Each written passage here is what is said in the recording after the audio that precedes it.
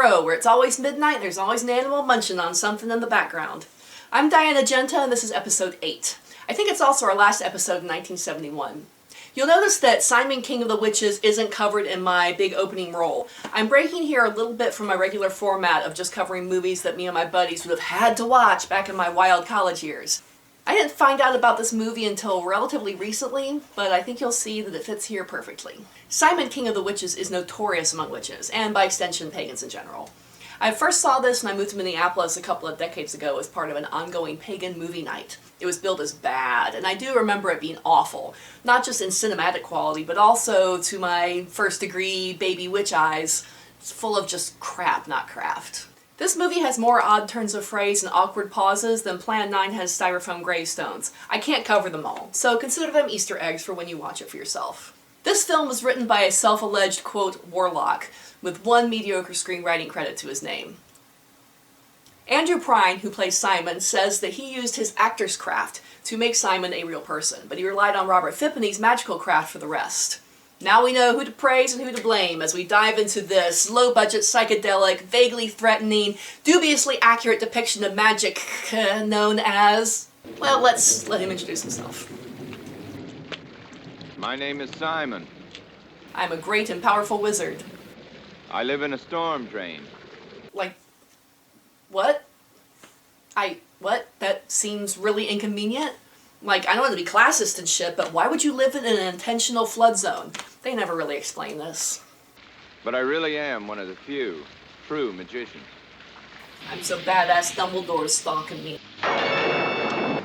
Warlocks are always getting hassled by the man. Simon Sinistraric.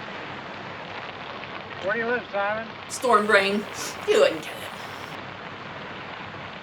What is it, Simon? It's a map of the transit of Venus through the night sky, duh. A charm. What's this writing here? Aramaic. You speak Aramaic? Nobody speaks Aramaic. It's a dead language. I know what it means. Well, what does it say then? It means suck my dick pig. What's it say? It means I'm spending the night in jail. So once his books and stuff are totally soaked, he's arrested for vagrancy, where he meets Turk, a sweet but dumb kid who's in for loitering. Turk invites Simon to one of the ongoing parties at a fancy rich guy's house who has all sorts of influence and shit. Well, you know, Simon's above that. But once he finds out there's food, home he goes to fetch his party clothes. He shows Turk around the place. You know, like, there's the entrance, there's my nook, there's the outwash to the ocean, don't go down that way. And he explains that he sells spells and shit to make money. I'm a magician. Far out. What do you do for your bread?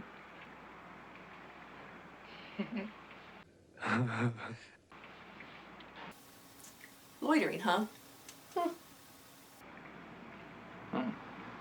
Once at the party, Simon beelines for the buffet like a spoiled suburban incel rushing to 4chan to complain about some bitch who blew him off on the bus because she wasn't impressed with how nice a guy he is, and literally stuffs his face. There is no lack of dated fashion here. Fun stuff. Mickey Dolenz, Turk, outs him to Hercules the host. He's a magician. And then fucks off, freeing Simon to creep on pretty girls.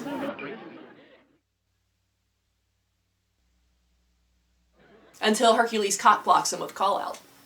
And he is coming right off the heap to cast spells and work wonders.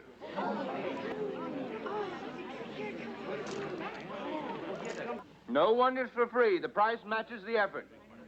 Right here, Andrew Prine does a pretty nice turn as a carnival huckster slash snake oil salesman, wiping grease and oil off his face onto his clothes, selling minor miracles to the hipsters below and mocking them to make some ready cash. I have here some minor miracles, tangible to the touch and modest in price. I have here the pentagram of Solomon the King, cunningly engraved in semi-precious metal. This is from Solomon's brother. I have one here that will match your outfit perfectly. Somehow this impresses his real mark, although later on it's explained that she's a pillhead, so, you know. Hercules, however, is impressed enough that he bankrolls more supplies to make trinkets to entertain his guests. And he also commissions a love spell for Turk, partly out of affection for the kid, but also sort of as a test. You know what it says on love potions, shake well, but don't tell? Simon gets right down to it in the storm drain. Here's the money. And here's the hair. You sure it's hers? I took it off the back of her neck. Holy crap, she has a hairy damn neck. Suspicious? But hey, if he's into it, I'm not judging. We'll need your fluvium and this. I don't know big words like effluvium, George. The ambrosial fluid from the instrument of love. Oh. I don't know what that means either. So here's where we see our first actual magic, and it's, not shitty. I mean, he doesn't know how to pronounce sigil, and they do it right there in the sewer, which I think is rude to the spirits. But it is kind of a liminal space, which is sort of traditional, so, He calls upon the 4 cardinal directions. He commingles the stand-ins for those affected by the spell, and releases it to the sea. Turk is in this major trance, for some reason. It's not wrong, it's just sort of lame. Now, I am not suggesting you try this at home. Spells are tricky things at best, usually with unintended consequences, as we will see. Also, putting a love spell on someone is a serious dick move. Effluvium, my boy. But it's not Simon's last, as we will also see. Back at his day job, Simon is giving a tarot reading to a mocking doofus with a bud on his face. Is that, you or me? Colin, be serious. Yes, you have a magic knife, we get it. It's the stereotypical, you are in grave danger kind of fortune-telling stuff, and the NPC is way too much of an asshole to back down. He even writes Simon a bad check. Oh, that's a funny joke. Hercules is gonna think you're so cool now, that can't possibly go badly. Then we have an awkward scene with Pillhead Linda with lines like, Can you really see the future? I divine it. A psychic's passive. I see what I will to see. Oh, I just had the strangest feeling. It's deja vu. This moment's happened before. which I guess is supposed to justify him laying hands on her.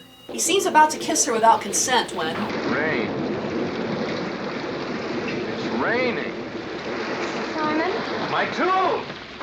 Well, maybe if you live in a storm drain, you should watch the weather! All his shit washed out to sea. Except for his phallic symbol. At least he takes responsibility for his own mistake and resolves to... Oh, dear gods on high.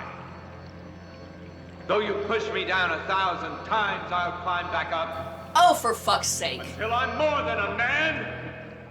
Till I stand among you. You're equal. Simon, go read a Greek tragedy about hubris and find out what the gods do to mortals who troll them like this. I mean, sure, go be as the gods. It's totally traditional, high, mighty, magus, fucking magic but don't tell them until you are done. Linda bankrolls him a shitty basement apartment, which he pays for by signing over the bad check, and then immediately trolls the landlord. Landlord calls the cops, Simon almost gets arrested again, and he calls to chew out Tarot Boy, who could not give two damn shits. I'm a magician, not a psychic. I'm a surgeon, not a psychiatrist. Not a magician. I'm a doctor, not an escalator. I'm a doctor, not a tailor, damn it! I'm a serious practitioner of the magic arts. I'm a serious practitioner of the magic arts. I'm cool and you should respect me. Hercules attacks Simon's pride and talks him into cursing Lame Boy to death for the lulz. Simon accepts the challenge, but tries to blow off half the responsibility like he got dared to eat a rancid cupcake. Half of it comes back on your head. And pretty much the whole rest of the movie is about how well that goes.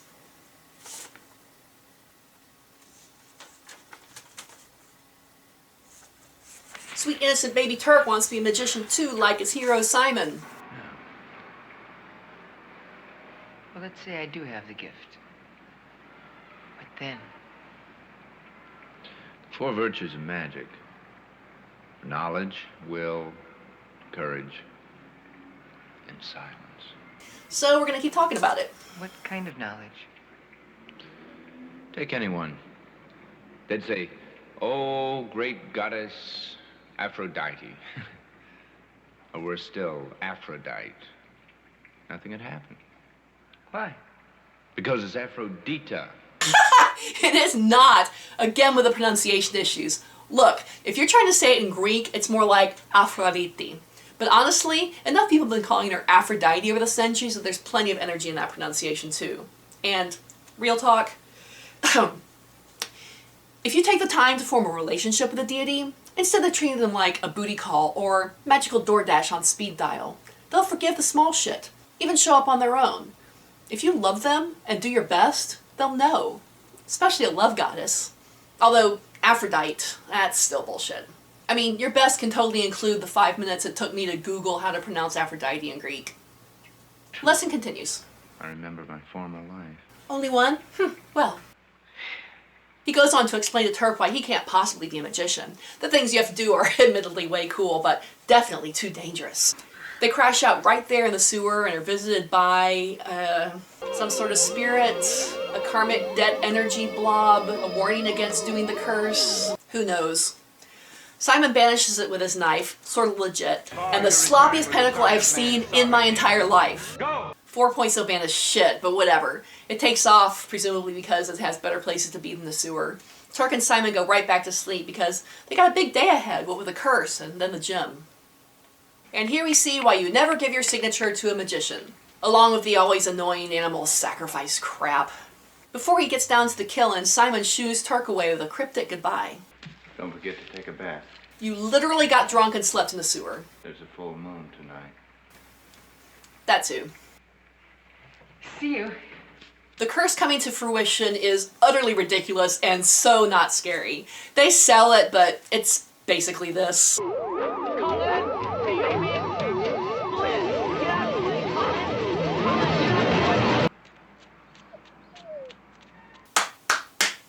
To be fair, the movie does go into the legit results of spellcraft, with Linda as Conscience.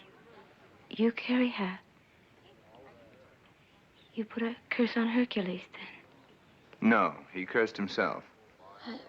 What happens to Hercules, then? He'll suffer, just as I'll suffer. And Simon has no idea how true this will be. Only I'm used to it. Ugh. We hear that Turk's spell is also a success, and he discovers a prop for Simon's great work. The Mirror of Erised! Will it pick up TV?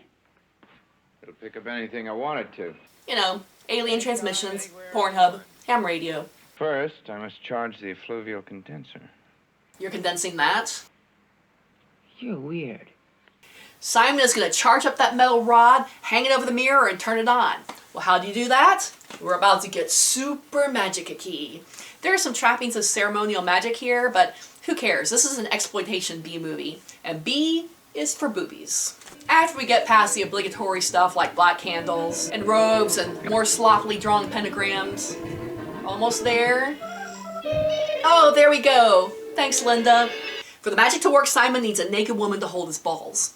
I mean, he's got a red playground ball and a blue playground ball, and she's got to lie there naked and hold them while he kneels over her naked and chants. It's very mystical. You wouldn't get it.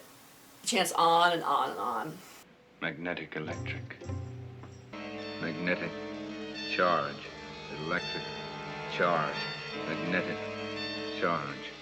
Electric charge. Magnetic charge. Electric charge. Magnetic charge. Electric charge. Magnetic charge. Electric charge.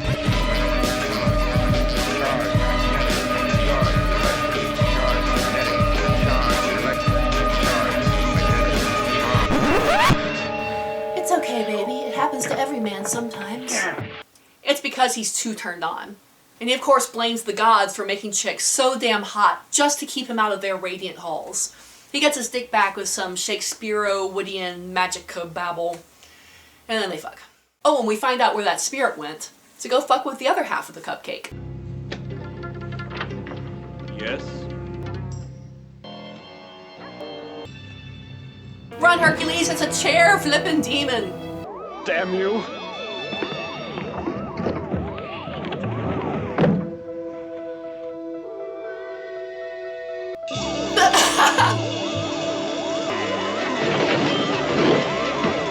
Hercules! So that's Hercules. Turk interrupts Simon practicing his pentacles, thank the gods, to tell him there's a problem with the love spell. He took her away. And and I can't get rid of it. Acute preoperasis, eh? Well, there's only one thing to do. Hurry up! Hold your water. I'll be there in a jiffy. Like he could pee right now. What are you gonna do? Well, only one thing to do. I'll hypnotize you. You won't feel a thing. Look into my eyes.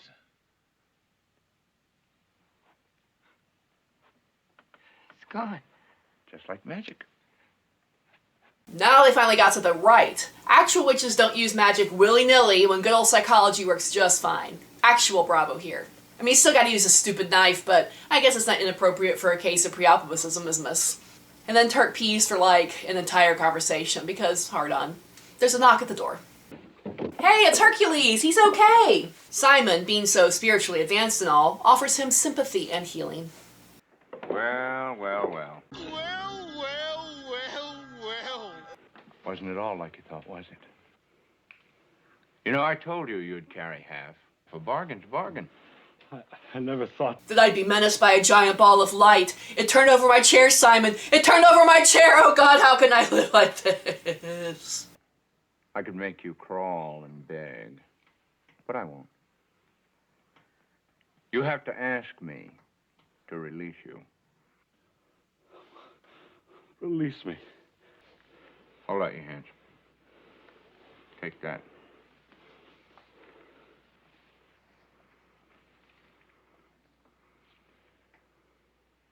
Now, hold out the cord and close your eyes.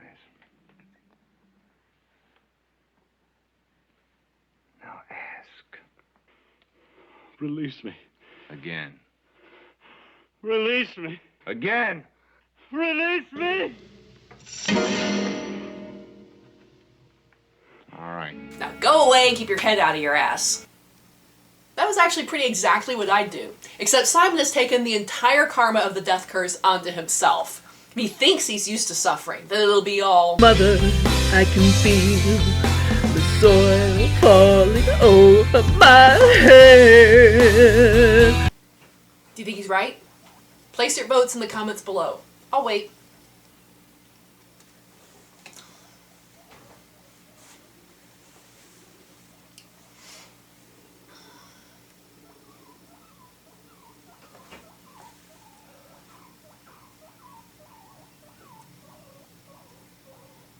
Now, Turk is endearingly proud that he has gotten Simon an invite to a real witch meeting, because witches are crazy broads who'll do anything, so he's sure to get laid, which on the one hand is fucking annoying, but on the other, I'm fairly excited about it, partly because the head witch is Ultraviolet from Andy Warhol's little group of friends, but also, finally, we get something actually called not just witchcraft, but Wicca.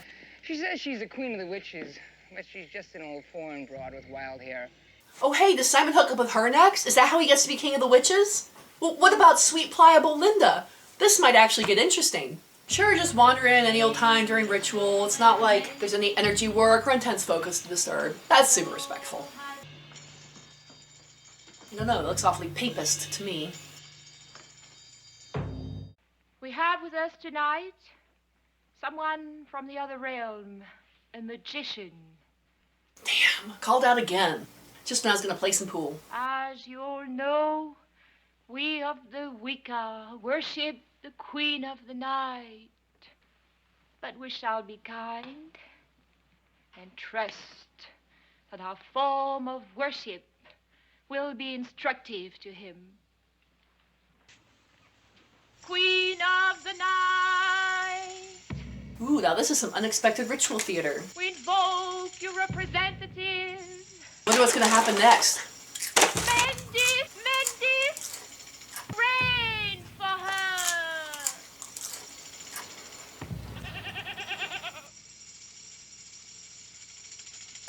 Okay, that is the most ridiculous thing yet.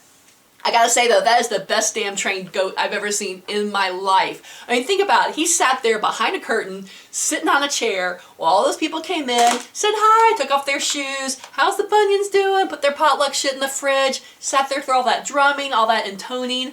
That is big magic, and Simon should be impressed. But then there's a bunch of skull-kissing crap, and so Turk goes off to make a new friend. According to this movie, all really big magical rituals involve a woman lying down holding two big round things in her hands. I guess to keep her from fighting back. She puts up a weak protest. Don't touch me. I'm a religious object. But they end up doing it. Now this is starting to look more Wiccan, although the guys being blindfolded and kneeling is confusing to me and to Simon both. Now this looks pretty familiar. Apparently some of these extras were actual witches. I'd put my money on this chick. Most actual witches look like dorks but know how to shake it. Ultraviolet's hamming it up is unnecessary.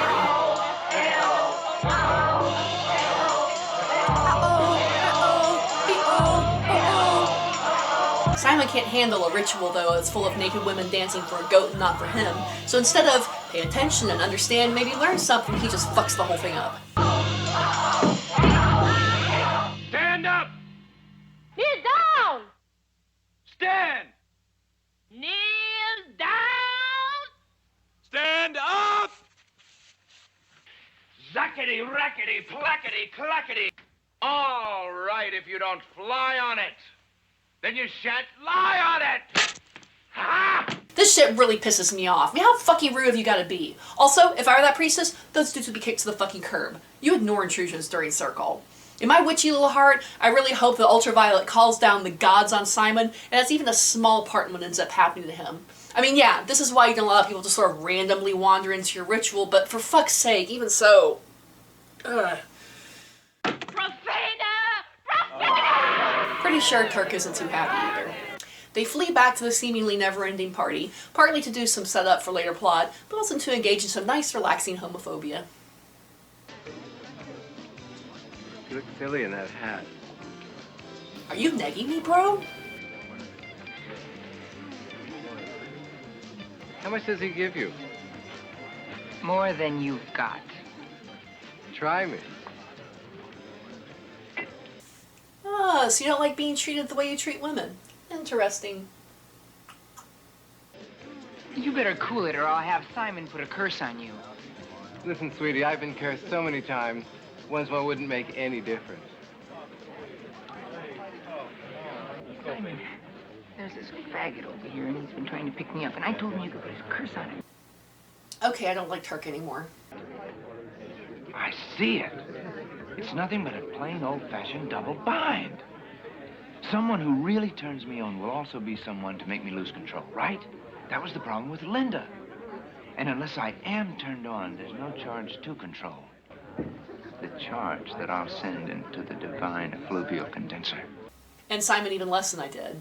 He's gonna use that dude for magic. Notice also he admits to the homoeroticism so often seen around homophobia. Into the Stygian darkness I lead my fair companion. To have, to hold. Forever. Words mean things, mage boy. But we can't have that. Simon instead opts for another course. Instead of sex, violence. Ritual flagellation. Now, that actually does work, but without prior consent, real practitioners call that abuse. And I'm pretty sure this guy is not going to be into it. But Simon's going to play it like he's just inviting him over for sex, so that's handled. Dear heart, you're so romantic. I'm quite flattered. Don't get your hopes up, Stanley. It ain't what you think it is. I mean, yeah, you got special panties and all, but it's just more pompous ritual shit. This isn't a human sacrifice, is it? That question is almost as offensive as your, quote, gay man performance. This isn't at all what I bargained for. You better hope this guy knows more about flagellation than he does drawing pentacles. Earth. Charge. Charge. Charge. Nope. Doesn't even know what it means. But hopefully the homoeroticism of this whole setup will still pay off. Fire, air, water, earth. Charge, charge, charge, charge. Fire, air, water, earth. Charge, charge, charge, charge. Fire, air, water, earth. Charge, charge, charge, charge.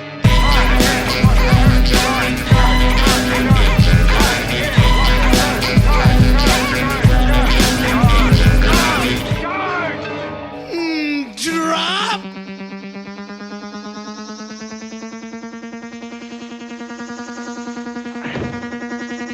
Holy shit, have some fucking respect for your tools.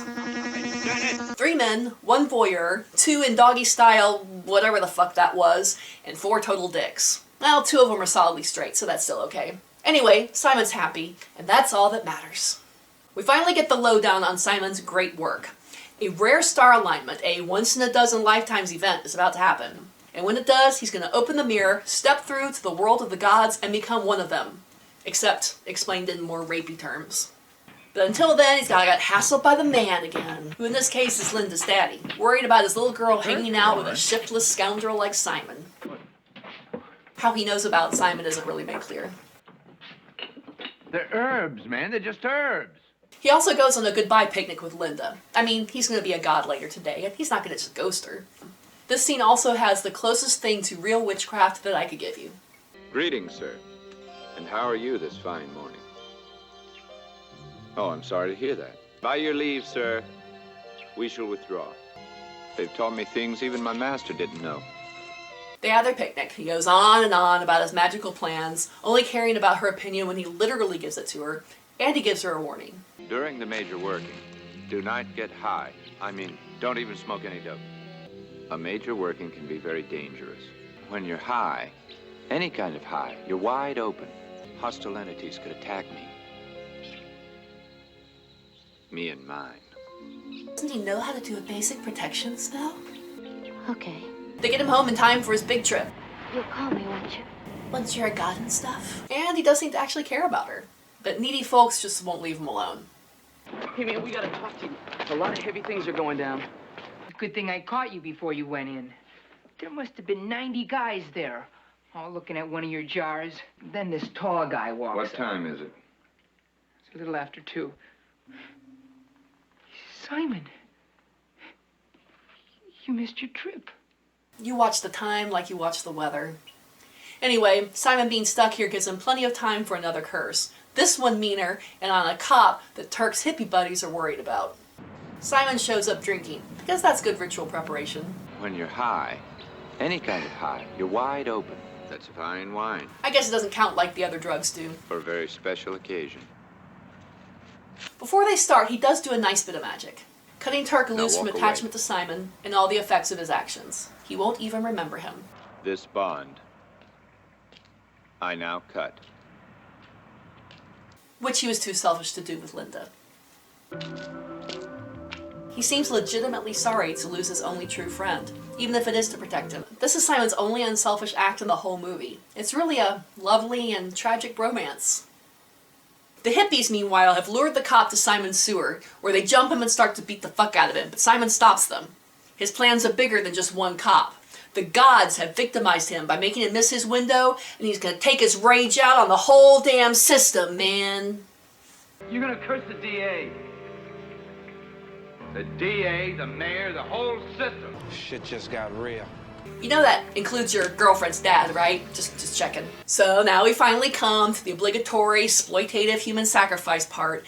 There's no ritual preparation whatsoever, or even actual ritual. Just Simon spouting off a bunch of psycho, pseudo-mystical lecturing, some sloppy-ass invocations, a poetic but dangerously vague request for aid, and then just fucking stabbing the guy to death. I mean, there aren't even any special effects here at all. This is totally played like it could all be in Simon's imagination. A lethal psychotic break. Except that it works.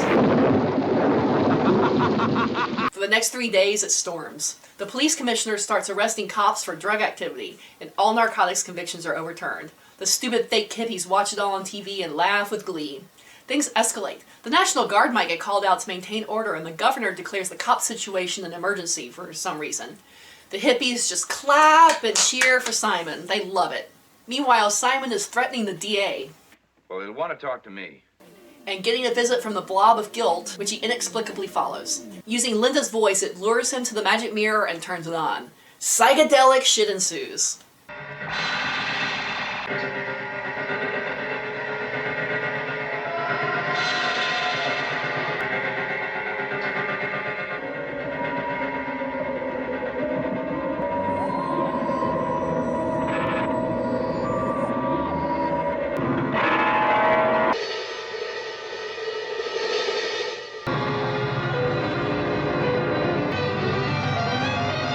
It goes on and on and on.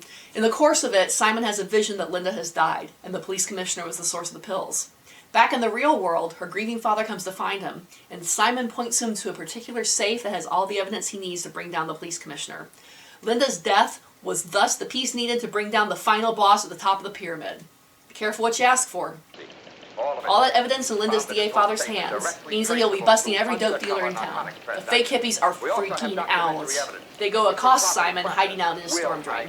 Everybody, it's gonna get busted, man. You gotta change it. And then there's this weird moment where one of the hippies grabs Simon's ritual knife and stabs him in the belly with it several times. I mean, we'd seen that he had a violent side, but he really does seem to be kind of possessed. And then the knife explodes and Simon dies. Death is only temporary. This wasn't totally as shitty as I remember. I'm kind of disappointed about that. Andrew Prine did a decent job with what he had. I mean, he says his job as an actor was to give Simon real motivations and stuff, and that was satisfactory. He stares good. Turk is innocent and endearing, although kind of a dick. Brenda Scott as Linda starts off as a vague, pretty face, but she ends up doing a lot more with what she's given than she had to. Prine's performance, though, really does highlight the camp, and few things are as enjoyable as making fun of something that takes itself way too seriously.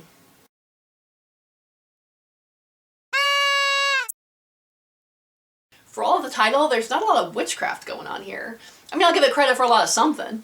If he was anything, Bob was a ceremonial magician. Certainly not a witch, and not any kind of bullshit warlock. But a low-level one? Unless he's a bad writer, which also seems evident. I mean, Wicca and European witchcraft did borrow heavily from ceremonial magic, but that's all we see here. And boobs. Well, I did anyway. I wrote what was threatening to become an analytical treatise in my notes for this segment, but instead of going into it here, I'll just put it in the comments and you can read it if you're interested. Instead, allow me to offer you a metaphor. In Simon, King of the Cake Eaters, do we have any actual cake? Allow me to bring in a visual aid. I mean, it's kind of cake, at least on the outside, although it is missing key elements. Once you look deeper, you see more problems. I mean, look at it. Sure, many people call this cake, but it's mostly not cake.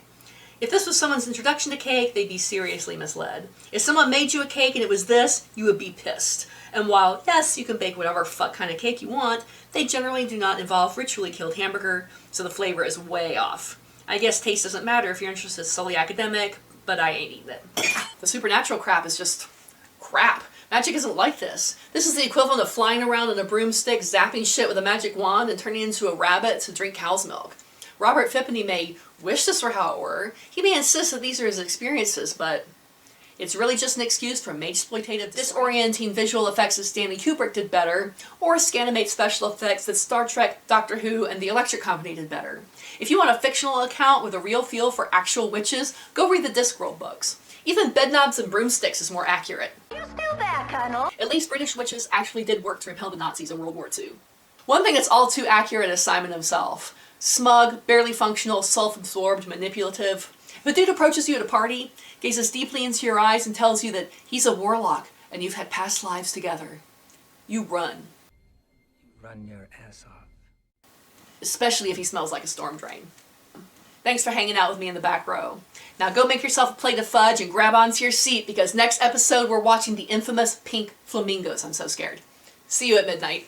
I beg your pardon.